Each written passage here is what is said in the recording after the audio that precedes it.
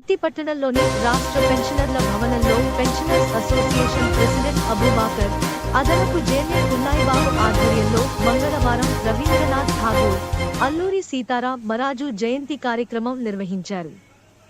ముందుగా రవీంద్రనాథ్ ఠాగూర్, అల్లూరి సీతారామరాజు చిత్రపటానికి పూలమాలలు వేసి నివాళులర్పించారు.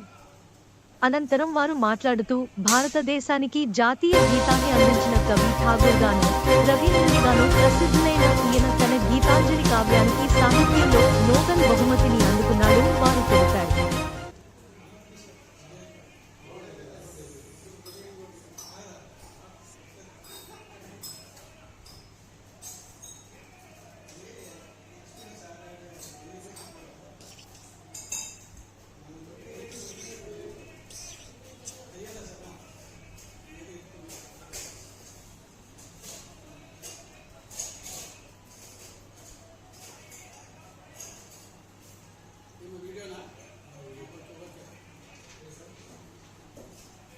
సార్ మీరే సార్.